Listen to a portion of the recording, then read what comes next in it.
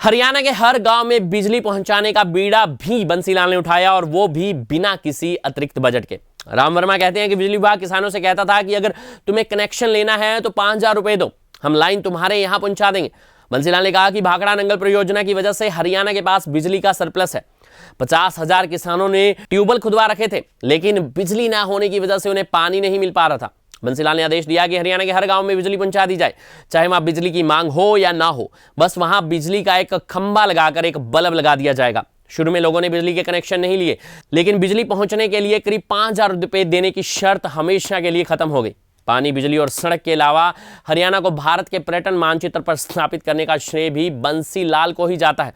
उनके पीछे भी एक दिलचस्प कहानी है। राम वर्मा बताते हैं कि एक बार मुझे संदेश मिला कि मैं करनाल के पास जीटी रोड पर मुख्यमंत्री बंसीलाल से मिलूं। कार से उतरते ही बंसीलाल ने अपने सचिव एस.के. मिश्रा से कहा कि मिश्रा जी, अगर इस सड़क पर दिल्ली जाते हुए मुझे और आपको पेशाब लगता है तो हम कार रुकवाकर झाड़ियों में जाकर पेशाब कर सकते हैं, लेकिन अगर आपकी पत्नी भी आपके साथ बैठी हो तो उसका क्या होगा, वो कहां जाकर पेशाब करेंगे। बंसीलाल अपनी बात का असर देखने के लिए 5 सेकंड तक रुके और फिर बोले, ये जगह चंडीगढ़ और दिल्ली के बिल्कुल बीच में है। अगर आप यहां एक छोटा सा रेस्टोरेंट बना देते हैं तो जिसमें साफ टॉयलेट हो, तो यहां से गुजरने वाले लोग आपको हमेशा दुआएं देंगे। मिश्रा ने सामने गड्ढों वाली जमीन को देखते हुए कहा कि हम यहां नहर से पानी लेकर एक सुंदर झील भी बनवा सकते हैं। इस छोटी सी बातचीत के बाद में काफी नाम कमाने वाले हरियाणा टूरिज्म का जन्म हुआ। बंसीलाल ने आराम गयाराम के जमाने में हरियाणा के मुख्यमंत्री का पद संभाला था, इसलिए उन्हें हमेशा ये चिंता रहती थी कि उनके विधायक कहीं पाला बदलने की योजना तो नहीं बना रहे।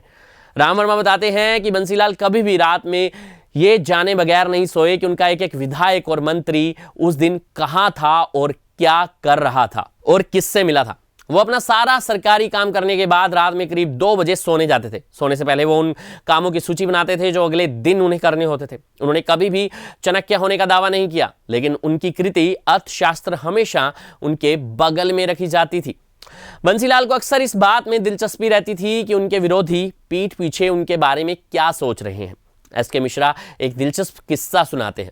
उस जमाने में भगवत दयाल शर्मा हरियाणा के मुख्यमंत्री थे और राज्य विधानसभा के चुनाव हो रहे थे। भगवत दयाल मुझे पसंद करते थे और मुझे पंडित जी कहकर बुलाते थे। उन्होंने मुझसे कहा कि वैसे तो आप साफ सुथरा चुनाव ही कराएंगे, लेकिन 2 लोगों को किसी तरह से हरवाना है, एक तो देवीलाल और दूसरे बंसीलाल। ये नहीं आने चाहिए विधानसभा में। मैंने कहा, हराना जितवाना तो मेरे हाथ में नहीं है, ये तो जनता के हाथ में है, इनमें से आपकी कोई मदद नहीं कर सकता हूं। जब बंसीलाल जीत कर आए तो उन्होंने मुझसे पूछा कि तुम्हारी इस तरह की भगवत दयाल शर्मा के साथ कोई बात हुई थी। मुझको बहुत अचंभा हुआ कि उनको ये बात पता कैसे चली। वहां तो कोई था ही नहीं। बाद में पता चला कि वहां एक बेरर चाय सर्व कर रहा था। उसने ये बात सुन ली और बंसीलाल को बता दी। इस बीच मेरा तबादला दिल्ली हो गया। बंसीलाल एमएलए चुन लिए गए। मैंने उन्हें तार भेजकर बधाई दी और आशा प्रकट की कि उन्हें मंत्रिमंडल में ले लिया जाएगा। मुझे दिल्ली आए हुए 1 महीना ही हुआ था। मुझे मकान मिला था, इसलिए मेरे घर में पार्टी हो रही थी। रात 12 बजे बंसीलाल का फोन आया कि मुझसे मिलना चाहते हैं। मैंने कहा कि इस वक्त ऐसा क्या हो गया। उन्होंने बताया कि मुझे मुख्यमंत्री चुन लिया गया है और मैं आपको अपना प्रधान सचिव बनाना चाहता हूं। यह थी मेरी खास रिपोर्ट।